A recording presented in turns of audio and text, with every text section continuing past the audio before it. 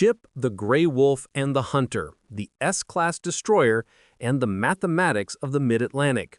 The story will cover Part 1. The Design Imperative, the Monsters Born, the need for a mass-produced multi-role destroyer, and the initial German contempt for its standardized design. Part 2. The Tools of the Hunt, Sensors and Systems, the Technological Revolution, the perfection of high-frequency direction finding, or HFDF, sonar, and the deadly fusion of the hedgehog and the depth charge. Part 3. The Learning Curve, Grumbling and Mastery, initial operational failures, the sacrifice of early crews, and the eventual development of the devastating boom and bloom coordinated attack tactics. Part 4. The Final Reckoning, the Avalanche of Steel, the quantitative superiority of the U.S. industrial base, the collapse of the German U-boat arm, and the Fletcher's legacy. Part 1. The Design Imperative, the Monsters Born. October 1940, The Draftsman's Table, Gibbs & Cox Naval Architects, New York City.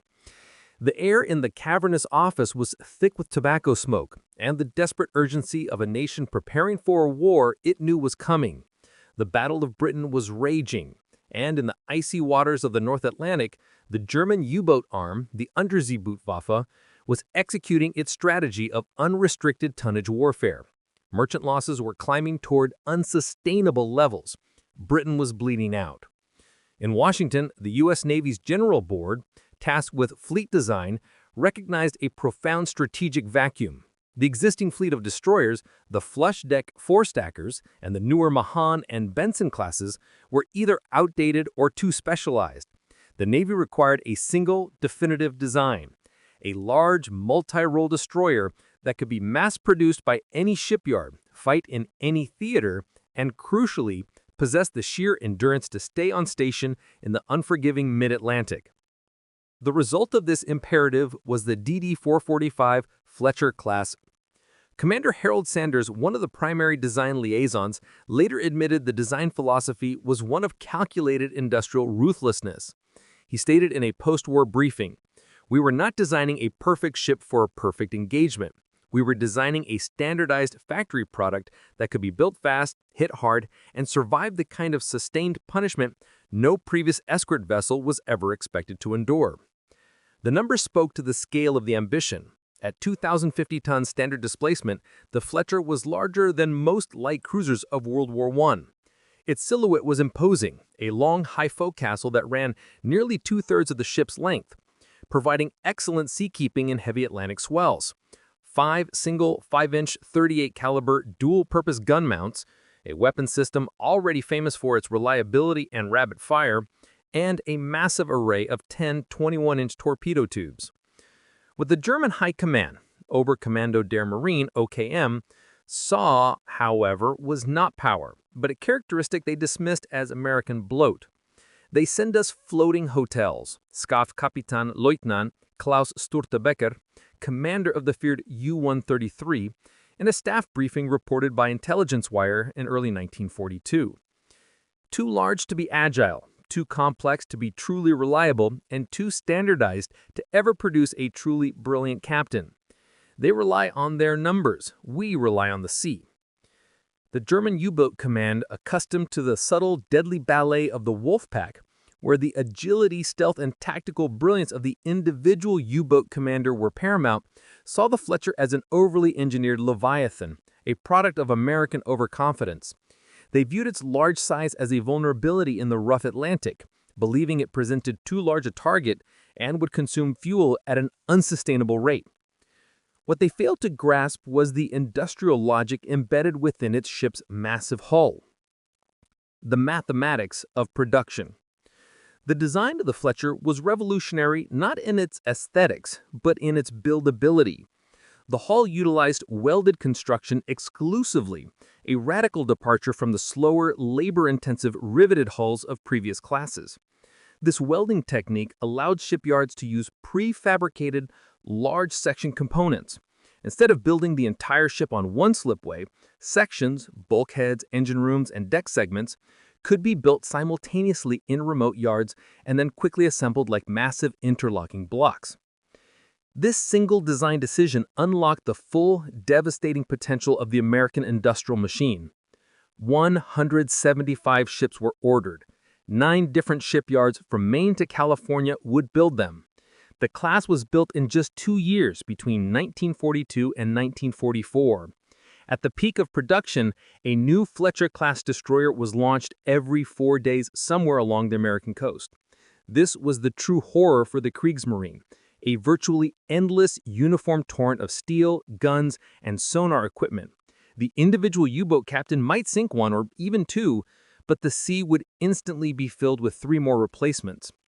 The heart of the beast, propulsion and endurance. The Fletcher's most vital advantage in the Battle of the Atlantic was its massive endurance. Unlike the earlier Benson and Gleaves classes, which had dual engine rooms and suffered from complexity, the Fletcher adopted a simplified but extremely powerful propulsion system. 4 Babcock and Wilcox water tube boilers drove 2 sets of General Electric geared steam turbines, providing 60,000 shaft horsepower. This power translated directly into 2 operational advantages that redefine the anti-submarine war. Speed, a top speed exceeding 38 knots, 44 miles per hour, faster than any U-boat submerged or surfaced, allowing the Fletcher to rapidly close on a detected submarine before it can react. Range, the Fletcher carried enough fuel oil to steam 6,500 nautical miles at a cruising speed of 15 knots. This meant it could cross the entire North Atlantic without refueling and then remain on patrol for weeks. U-boats, operating from their bases in occupied France, had an operational envelope that seemed formidable, often over 10,000 miles. But the Fletcher could match their operational envelope and then hunt them relentlessly within it. The American destroyer was no longer merely defending the convoy. It was now a long-range predator on the U-boat's own hunting grounds. January 1943, Destroyer Escort Task Force 23.3 south of Iceland. The USS O'Brien DD-450, commanded by Commander Donald J. MacDonald, was on its first North Atlantic patrol. The raw crew, mostly young men from the American Midwest who had never seen an ocean storm, were struggling with the ship's violent corkscrewing motion. The initial prejudice against the new class was shared by some within the U.S. Navy itself. The Fletcher was known to be tender in high winds, and its large, distinctive smokestack often belched thick, telltale columns of black smoke if the firemen were not perfectly attuned to the boiler demands. MacDonald recorded the initial complaints in his log. He finds her hard to manage in heavy seas. She rolls too much, she is complex, the radio equipment is constantly being shaken loose. They pine for the simplicity of the old four-stacker destroyers. They do not yet appreciate the sheer, brute force survival this vessel represents. But that very brute force survival was about to be tested against the apex predator of the mid-Atlantic, the coordinated German Wolfpack. The Fletcher was about to prove that an over-engineered, mass-produced machine, combined with the right suite of sensors, was far more deadly than individual tactical brilliance. The era of the industrialized sea hunter was dawning. Part 2. The Tools of the Hunt, Sensors and Systems. March 1943. The Mid-Atlantic Gap, latitude 50 degrees north. The Battle of the Atlantic had reached its lethal climax. German U-boats, commanded by the charismatic Großadmiral Karl Donitz, were sinking Allied shipping at a rate that threatened to choke the lifeline to Britain. The solution would not be found in larger guns or thicker armor, but in a revolution of invisible technologies, which the Fletcher class, due to its massive displacement and power capacity, was uniquely equipped to carry and operate. The Fletcher was not merely a gun platform, it was a floating sensor hub, an integrated system where intelligence, detection, and destruction merged into a single, devastating sequence. The HFDF, the Invisible Eye, Huff-Duff. The first and most critical component of the Fletcher's dominance was not a weapon, but a receiver, the High Frequency Direction Finder, HFDF, affectionately known as Huff-Duff. U-boats operating in wolf packs required constant communication with Donitz's command headquarters in France. These WT, or wireless telegraphy transmissions, though brief, were necessary to coordinate the attacks. The Fletcher-class destroyers were fitted with the latest generation HFDF equipment, often featuring a distinctive rotating loop antenna high on the mast. When a U-boat commander surfaced to send a status report, his signal was instantly picked up by the destroyer's sensitive gear. The HFDF system would triangulate the bearing of the transmission with near-perfect accuracy. The result was a transformation of the hunt. Before HFDF, a destroyer had to search 100,000 square miles of ocean to find a submarine. With HFDF, a destroyer could get a bearing to within a few degrees, reducing the search area to a manageable immediate threat sector. The U-boat, believing its brief transmission was undetectable, was unknowingly broadcasting its presence and its location to a fast, heavily armed opponent. For the German crews, this shift felt like a betrayal by the ocean itself. Kapitänleutnant Erich Baer, a seasoned U-boat commander, described the terrifying new reality in a post-war memoir. It was as if the water itself betrayed us. We would surface, send a burst transmission of 20 seconds, and within an hour, a Fletcher would be there, a huge gray silhouette against the sky. They were always too fast, always exactly where we were. We learned to fear the silence more than the bombing, because the silence meant they were listening. The sonar, Aztec, and the Hedgehog. Once the HFDF brought the Fletcher into the immediate vicinity, the hunt shifted from electronic detection to acoustic sensing. The primary tool was the sonar, Aztec, a device that emitted a powerful underwater ping and listened for the return echo from the submarine's pressure hull. The problem, which plagued Allied navies for years, was the cone of silence. As the destroyer closed in for the kill, its own hull noise and the physics of the sound cone meant the sonar contact was lost moments before the ship passed over the target. This forced the destroyer to blind fire its depth charges, often in wide patterns, hoping for a lucky hit. The solution came in the form of two coordinated weapon systems carried by the Fletcher. The Hedgehog, anti-submarine mortar Mark 10. Installed on the forward deck, the Hedgehog was a spigot mortar that fired a cluster of 24 small, contact-fused bombs in a circular pattern up to 200 yards ahead of the destroyer. The genius: because the bombs were contact-fused, they only detonated if they hit the submarine. This allowed the attacking ship to fire while still maintaining continuous sonar contact. If the bombs missed, the crew knew they missed, but the sonar ping remained clear of explosive noise, allowing for an immediate, controlled second attack. If they hit, the shock of 24 synchronized explosions was fatal. The depth charge system. The traditional weapon remained, a terrifying, massive blast of Torpex explosive designed to crush the submarine's hull through hydrostatic shock. The Fletcher carried a comprehensive inventory, typically 7 K-gun projectors that hurled charges to the sides and 2 stern racks that simply rolled the charges off the back. A typical pattern drop involved 12 to 14 charges in a synchronized explosion. The combination was tactically devastating. The Fletcher could use the Hedgehog for precise, continuous contact kills and the massive depth charge pattern for area denial and psychologically crippling shock attacks. The U-boat commander now faced a no-win scenario. If he was shallow enough for a sonar attack, the Hedgehog could find him without losing contact.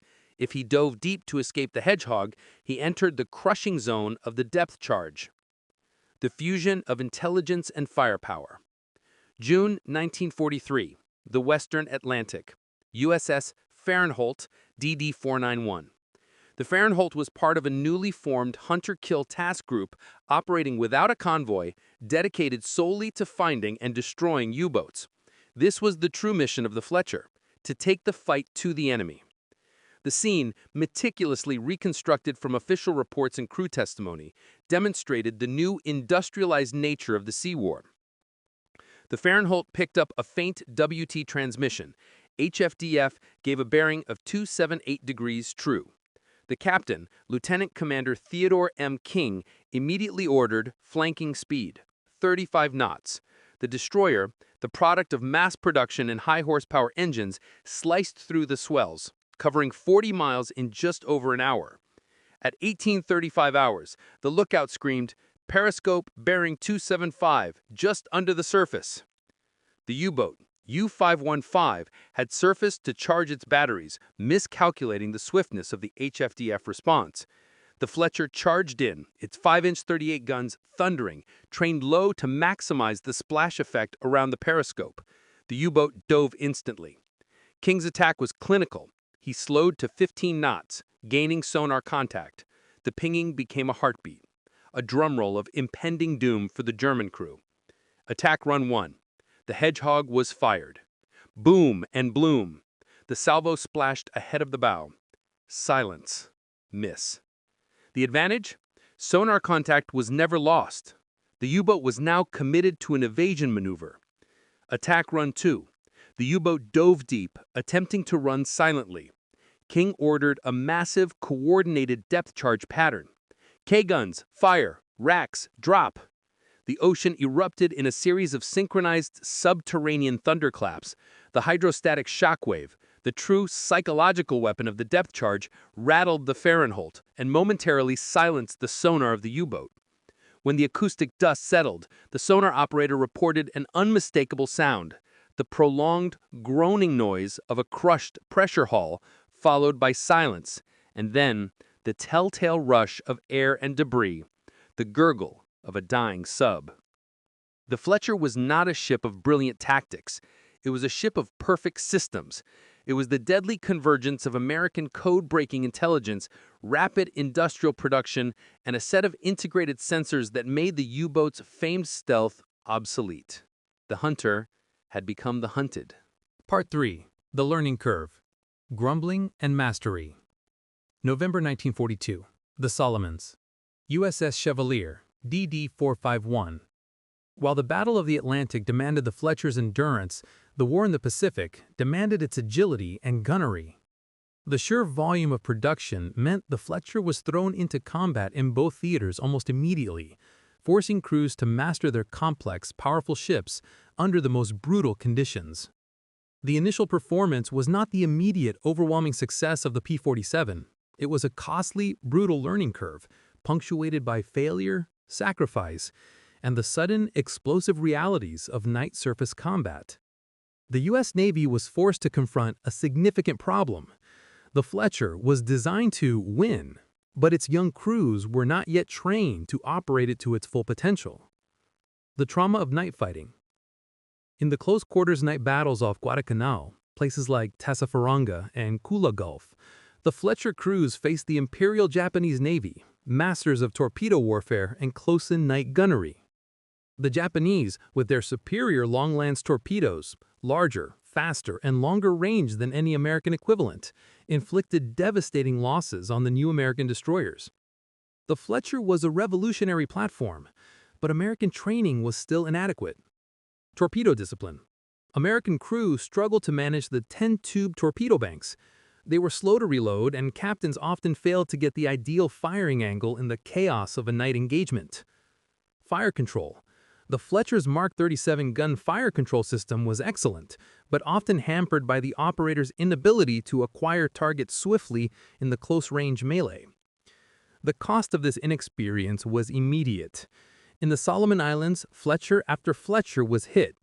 USS Chevalier, DD-451, was lost in 1943. USS Spence, DD-112, was sunk in the catastrophic Typhoon Cobra in 1944, a victim of her top-heavy design and the unpredictable violence of a sea storm. The ships were strong, but the human element was the vulnerability. Commander J.C. Williams of the USS Taylor, DD-468, noted in his log after the Battle of Vela Gulf, "We have the horsepower and the guns. They have the experience and the fish. We are fighting a war with industrial might, but we are paying the price in blood for our lack of institutional knowledge in the darkness." Mastering the boom and bloom tactic. The turning point, much like the P-47's shift to the boom and zoom, came through the relentless refinement of anti-submarine tactics in the Atlantic. The shift was driven by the commander of the hunter-killer groups, Captain Frederick V. Gallery, who realized that the Fletcher's advantage lay not in individual attacks, but in coordinated, synchronized warfare. The new codified tactic was known as the boom and bloom coordinated attack. The principle was simple, but required perfect crew synchronization. The tracker, Fletcher A. This ship would make the initial high-speed 35-knot run to acquire a perfect sonar trace. This ship would not fire, but instead would drop non-explosive signaling charges, dye markers and flares, to precisely mark the submarine's position and course. The shooter, Fletcher B, would follow 5 minutes behind, using the dye markers as a visual guide and firing a full, devastating hedgehog pattern exactly into the center of the tracker's signaling charges. The hedgehog, being a contact weapon, would ensure that no explosive sound ruined the sonar contact. This tactic used 2 Fletchers to eliminate the cone of silence problem entirely, as the tracking ship kept the sonar ping on the target while the second ship delivered the killing blow. July 1944, the Bay of Biscay, USS Izard DD-589 and USS Sherrod A DD-581. The 2 Fletchers were patrolling the waters used by U-boats attempting to transit from French ports. The Izard picked up an HF-DF bearing on U-66, a large, long-range U-boat. The chase lasted 48 hours. The Fletchers, using their superior endurance, simply shadowed the U-boat, forcing it to consume battery power until it was forced to surface. When U-66 finally surfaced at 0300 hours on July 4th, it was a moment of utter desperation. The Izard was there instantly, opening fire with its 5-inch 38 guns, not to sink, but to keep the German crew from manning their deck guns. The U-boat dove. The Sherrod A, the tracker, immediately took over, forcing the U-boat to take violent evasion maneuvers while marking the water with flares. The Izard, the shooter, then delivered the perfect full hedgehog salvo. The result was an underwater cataclysm. The shock of the hedgehog broke the U-boat's spine, and the submarine was forced to surface again, its pressure hull crippled.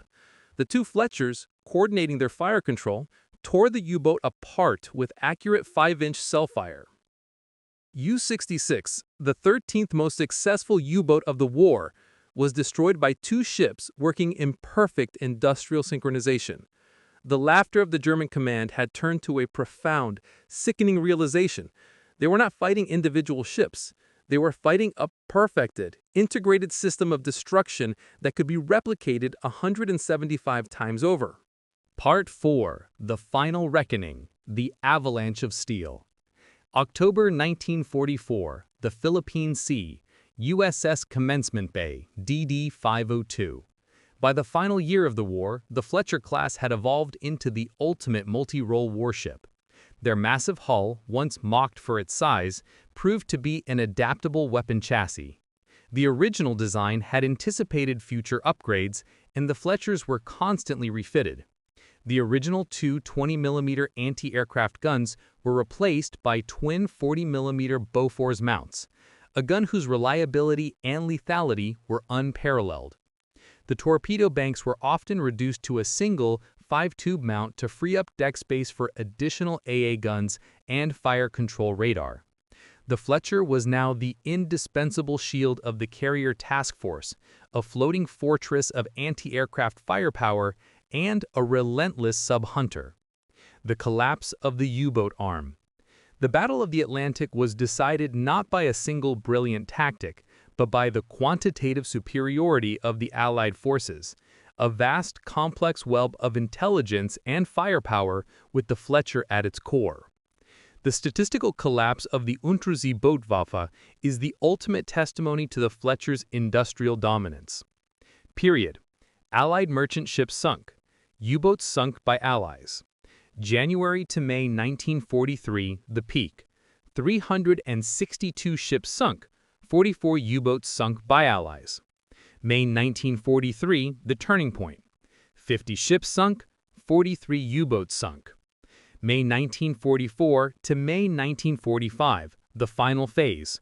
165 ships sunk, 240 U-boats sunk. The shift in May 1943 was the definitive break. For the first time, the Allies were sinking U-boats faster than doughnuts could replace them. This was the moment the industrial logic defeated the tactical brilliance. German U-boat commanders who had entered the war with the confidence of the hunter were now describing their patrols as a suicide passage. The Fletcher class, with its HFDF, its sonar, and its devastating Hedgehog, had rendered the most powerful submersible weapon of the early war virtually useless. Oberleutnant Dietrich Kesselring, who was captured after his U-boat was sunk by the USS Pringle DD-477 in 1944, gave a sobering assessment to his interrogators, mirroring the captured German pilot's realization about the P-47. "We cannot communicate. You find us. We cannot hide. Your sonar is too precise. We cannot outrun you. Your Fletcher is too fast. But it is more than the ship. It is the numbers. Every time we try to sink one of your escorts, two more appear. You don't fight us, you simply bury us under the constant weight of your construction. You have made the sea smaller. You have filled it with steel. We have nothing left but our courage." The mathematics of defeat were irreversible.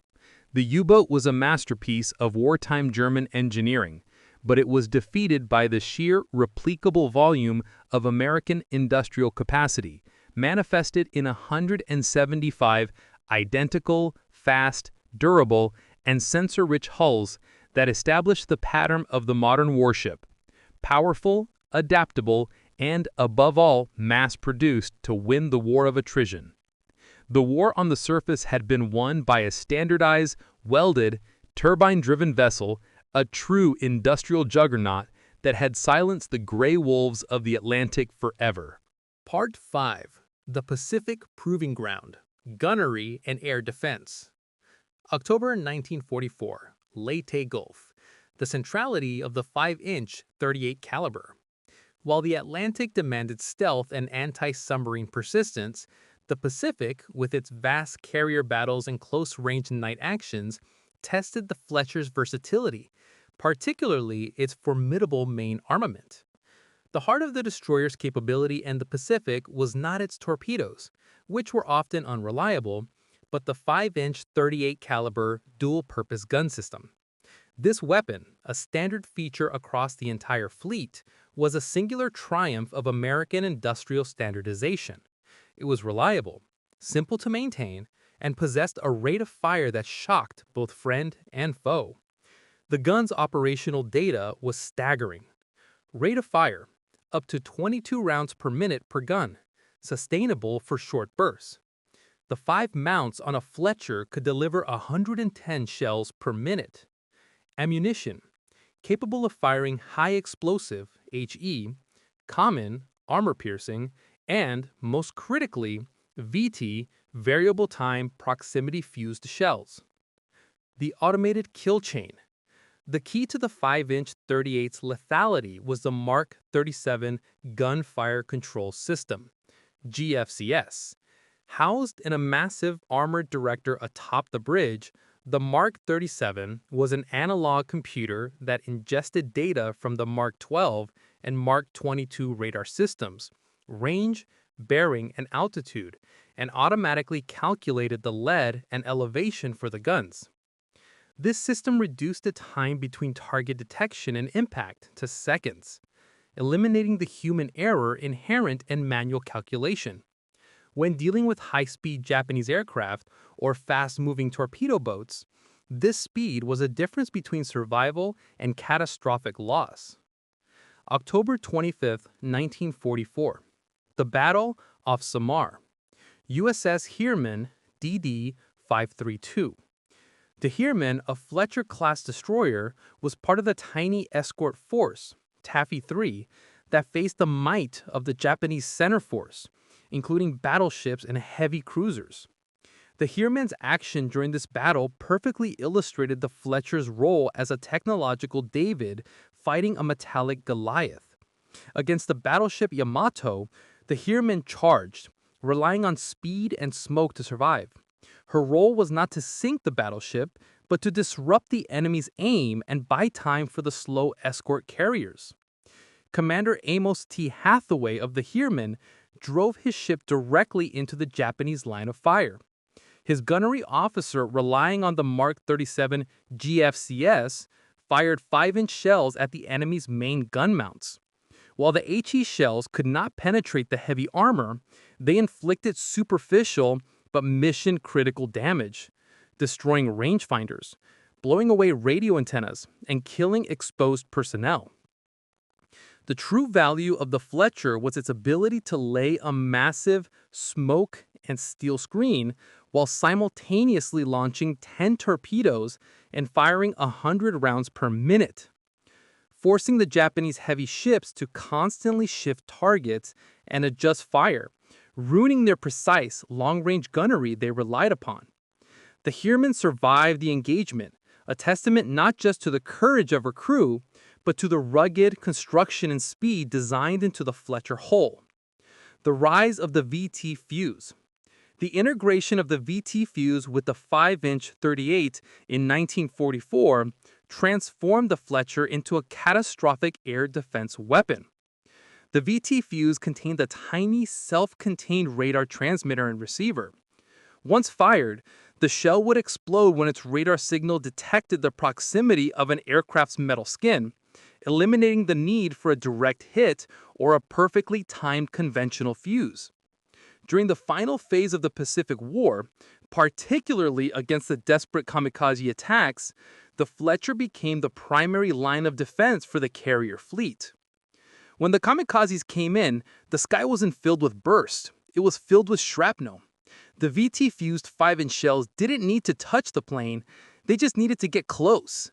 You'd see the explosion cloud and the aircraft, a Zeke or a Val, would simply fly into its own destruction. It was the absolute industrialization of anti-aircraft defense.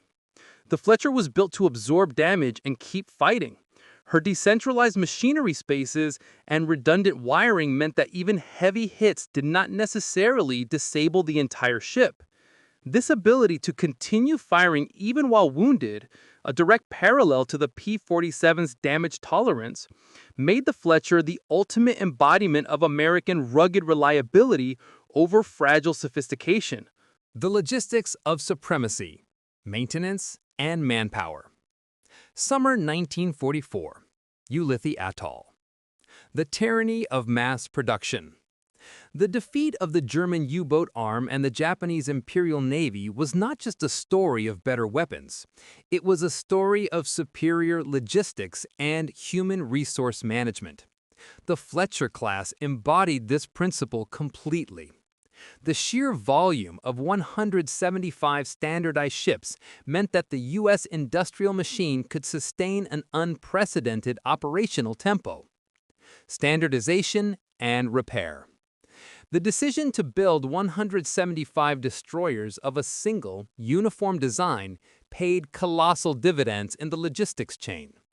Every gasket, valve, radar part, and engine component was interchangeable between any two Fletcher-class ships, regardless of whether they were built in New Jersey or California.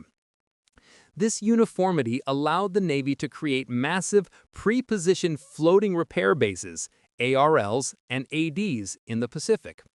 A Fletcher damaged in combat with a crippled engine or a flooded compartment could pull alongside a repair ship thousands of miles from the mainland and receive a factory-fresh replacement part, often sourced from another damaged Fletcher hull.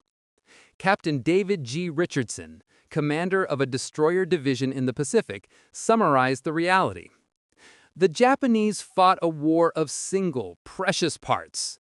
When their ships were hit, they had to return to home port, and often those parts didn't exist. We fought a war of interchangeable modules. We lost a turret, we put a new one on. We damaged the turbine, we dropped in a factory new replacement. The Fletcher was the ultimate disposable, repairable fighting machine. They could sink our ships, but they could never destroy our ability to put a fully functional replacement back into the fight within days. The production of manpower. The human factory that supplied the Fletcher was as impressive as the shipyards that built it.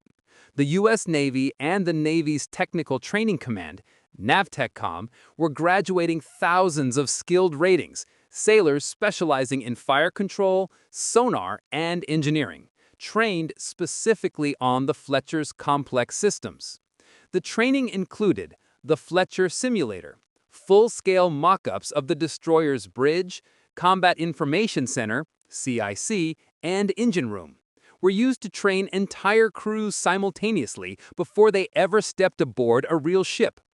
Specialized rates. Every sailor, from the cook to the sonar operator, was trained to work not just on a destroyer, but specifically on the DD-445 class. This mass training ensured that when a Fletcher was lost or heavily damaged, her replacement crew was already proficient, minimizing the time the new ship took to reach peak combat readiness. This stood in stark contrast to the German and Japanese situation, where losing a veteran crew meant an irreplaceable loss of institutional knowledge. The ultimate demonstration of American logistical and training superiority came in the statistics of salvage and return. Over 95% of Fletcher-class destroyers damaged in combat were repaired and returned to service, a number unheard of in the navies of the Axis powers. The Fletcher was not just rugged in combat, it was engineered for recovery and re-engagement by a massive, continent-spanning logistical tale. Part 7. The Sinking of the Grey Wolf. The Final Victory. April 1945. The North Atlantic. The last of the U-boats. As the war in Europe drew to a close, the final chapter of the Battle of the Atlantic was written by the Fletcher class. By this time, the German U-boat arm had been decimated, and the surviving boats were often technologically advanced, such as the Type 21 Electroboats with massive battery power, but commanded by green, demoralized crews.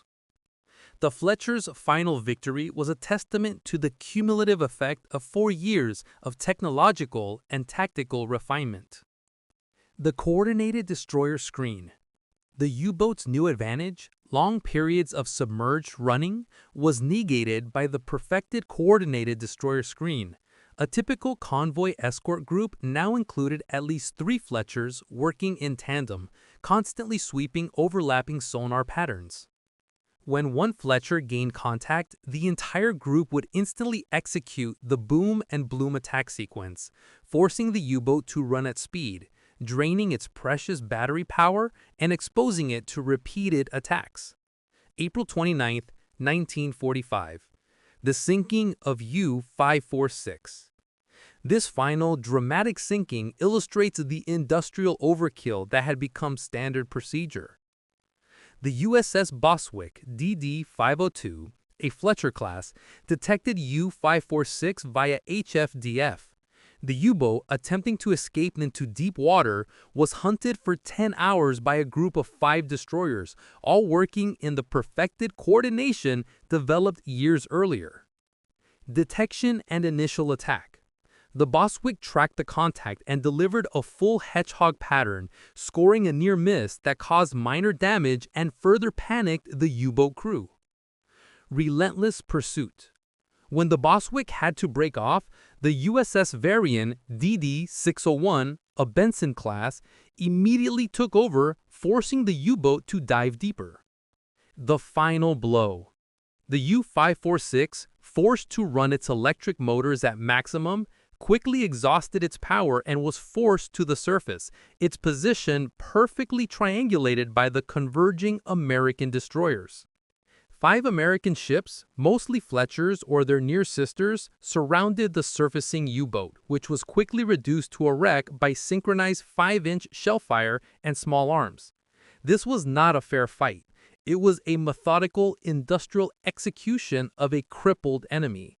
The Germans had been defeated not by a single hero, but by a mass-produced, technologically superior system that gave them no chance to escape. Part 8. The Final Word. An Avalanche of Steel.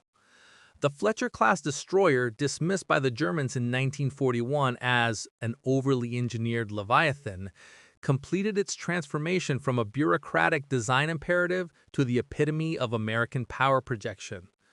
Final statistics paint the portrait of its overwhelming contribution. Fletcher-class ships sank 29 Japanese submarines.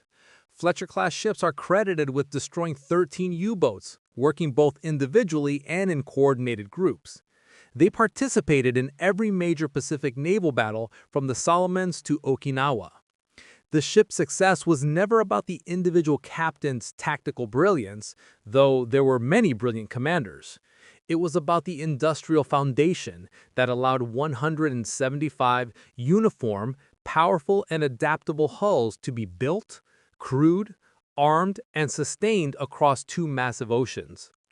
The Fletcher represented the final and irrefutable proof that in the global conflict of the mid-20th century, quantity and quality, when merged by industrial genius, became overwhelming superiority. The U-boat commanders had laughed at the large American destroyers. They had scoffed at their standardization. But by 1945, the sight of a long, high forecastle bristling with 5-inch guns and radar antennae meant only one thing to a German sailor. The inevitable, unrelenting avalanche of steel and technology had found them, and their tactical time had run out.